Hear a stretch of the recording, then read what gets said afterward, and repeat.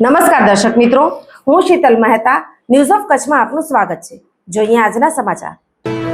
ભુજ ખાતે 26 મેના યોજાનારા પ્રધાનમંત્રી નરેન્દ્રભાઈ મોદીના સંભવિત કાર્યક્રમના આયોજન અનુસંધાને પ્રભારી મંત્રી પ્રફુલભાઈ પાનશેરિયાના અધ્યક્ષ સ્થાને ભુજ કલેક્ટર કચેરી ખાતે સમીક્ષા બેઠક યોજાઈ હતી।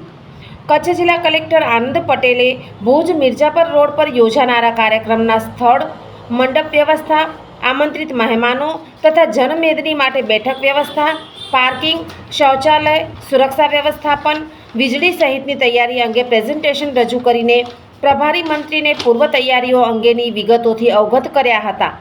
આ સાથે પ્રધાનમંત્રીના હસ્તે લોકાર્પણ તથા ખાતમુહૂર્ત થનારા કામની સંભવિત યાદી સાથે સમગ્ર કાર્યક્રમની તૈયારીઓની રૂપરેખા રજૂ કરી હતી। પ્રભારી મંત્રીએ કચ્છ વહીવટીતંત્રના સમગ્ર આયોજન તથા કામગીરી માટે નિમણૂક થયેલા વ્યવસ્થાપન સમિતિઓની જાણકારી મેળવીને સુચારું આયોજન અંગે જરૂરી સૂચનો તથા માર્ગદર્શન આપ્યું હતું।